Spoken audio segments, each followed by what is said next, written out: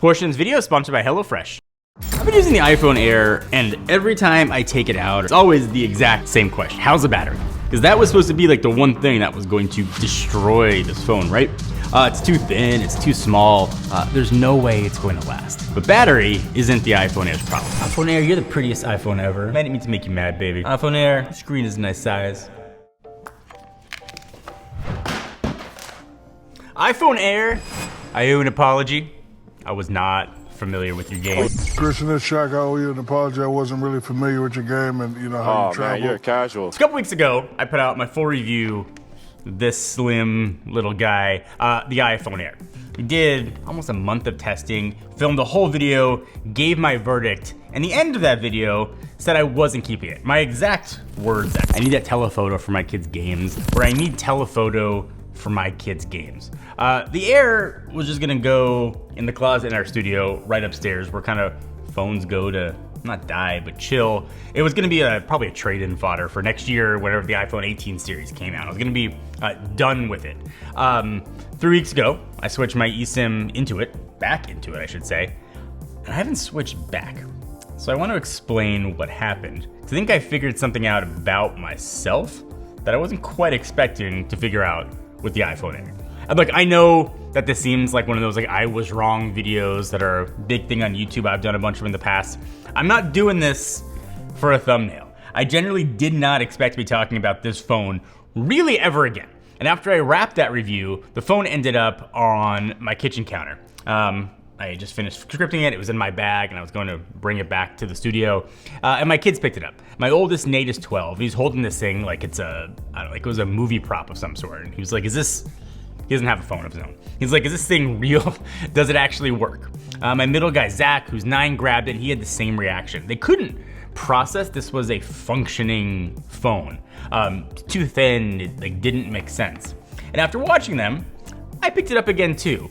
And that feeling about the iPhone Air hit me that I hadn't felt about a phone really since like the iPhone 10, maybe the original Galaxy Fold 2 kind of hit the same way. Like someone handed me something from the future. I'm gonna take a break from talking about something that I love to talk about something else that I love, and that's food.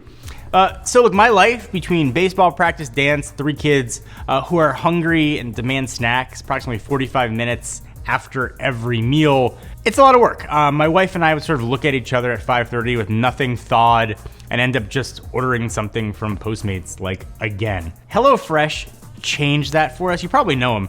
They recently expanded to over 100 recipe options a week. We set ours for fish since we're trying to generally eat healthier, and it has been absolutely perfect. We made this pepita crusted rainbow trout and a salmon dish my wife actually requested again. If you've ever tried HelloFresh, it's like going to the grocery store, but it shows up at your door.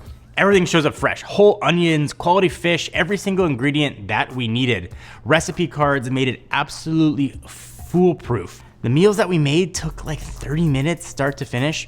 And if your schedule looks anything like ours, the flexibility helps a ton. You can pause, skip weeks, swap meals with no commitment when your life gets hectic. And also, compared to last minute takeout and grocery runs where half the food goes bad, HelloFresh might end up actually saving us money. It's not fancy, it's just dinner, and dinner handled really well. And we're eating better because of it. And actually right now you can get a Freeze Willing, it's a 4-star chef's knife on your 3rd box, which is about a $145 value, plus 10 free meals, and your first box ships free with code, put it right here. But if you're hungry and you're sick of wasting food or ordering dinner all the time, HelloFresh is just kiss. And I kind of realized that I'd spent an entire month reviewing this thing through the lens of what it couldn't do, instead of appreciating kind of what it was. So I switched my eSIM over, not for work, not intending to really film anything on it, just to use it. Now that I'm actually like committed to this thing as my daily driver, I do wish I'd gotten the black one with more storage. When I originally picked it up, I figured it'd just be for the review. I did not think that I would be keeping it. So here's what I've been wrestling with. I spent years telling you guys that like real world experience mattered more than like specs and what the phone had in it. What matters is how a phone feels in your hand and fits your life, sort of more than just benchmark scores. And I believe that. I've said it hundreds of times, but I'm also the same person usually buys the Pro Max. Biggest screen, best cameras, best battery, every single year. I went from the 16 Pro Max to 17 Pro Max. I was preaching that specs didn't matter, while also kind of always chasing the best specs. I didn't see the contradiction in that at all until the Air forced me to kind of look at it broader. And it's probably something I should probably have a conversation with a therapist about, not a YouTube audience, but here we are having an honest conversation. Living with this phone is very different than testing this phone for a video. When I was reviewing it, I was cataloging limitations. Now that I'm just using it, what I notice about the phone is completely different. When I wear gym shorts, I don't have to tie the waistband anymore. My Pro Max is so heavy, it literally start pulling my shorts down when I worked out. The Air, I forget it is in my pockets. I keep patting them like I'm an idiot because my brain doesn't register that there is a phone in there at all. It's also still a conversation starter in a way that I did not expect. Everyone wants to hold it, ask questions about it. I showed it to my 14-year-old niece thinking she would absolutely love it. And her reaction was, it's too thin, I'd break it. Which kind of made me laugh. I spent a week sitting on this thing with it in my back pocket for the general review, and it still looks absolutely brand new and unbent and broken. Titanium is more solid than the aluminum on my 17 Pro Max, but her reaction to the phone stuck with me. Kind of made me think that how many people assumed this phone was fragile, or assumed limitations of this phone, and just never gave it a chance, because sales numbers on this thing are evidently not great. Every single time that I pick it up, my brain still does this thing where it's like, how is this a whole phone? I still have that moment every single time. I'm like 3-ish weeks back in, and that has not worn off. And I don't think it's going to. And I saw actually Quinn post this on X that was like, the iPhone Air feels normal to him now, and every other phone feels like just a giant abomination. And that is like surprisingly true. And everything I said in that original review is still very accurate. I stand behind it. I'm not here to tell you that I was wrong about the problems. Nate had a baseball game last weekend, and I'm standing on a third baseline coaching, trying to get a shot of him on the mound. He did, by the way, struck out the side in the first inning. That was kind of cool. Gave up a double the next, but right in a curveball to his repertoire. But the point is, I wanted photos of those moments, and they came out mediocre because I couldn't really zoom that far. The camera limitations are very real still, and they still bother me. Battery life is still not great. The speaker still really sucks. Between a great idea and a great product, there are certain things you can't make plastic do or glass do. It's that process. Especially sucks when you're on like a call or something and you've got the volume turned all the way up. It still is really low. AirPods solve a lot of the speaker issues, but it's still bad. I'm not kind of backing away from any of that. I took my kids and that same 14-year-old niece to Disneyland a couple weeks ago. Just me, by the way, with 4 kids. It's its own adventure. And that morning, before that trip, I was nervous, making sure I keep track of 4 kids, but also really worried about battery. That was my connection to everything there. So I brought a MagSafe battery pack, actually the Taurus one that we did a video on. Thin, it's perfect. I brought it just in case. What surprised me was I ended up not needing it. But I will be honest, no matter how much I love this phone, I'm always thinking about battery, even if I don't need to, even when it turns out that it's not necessary. I'm still always thinking about, like, is this phone gonna last through the day?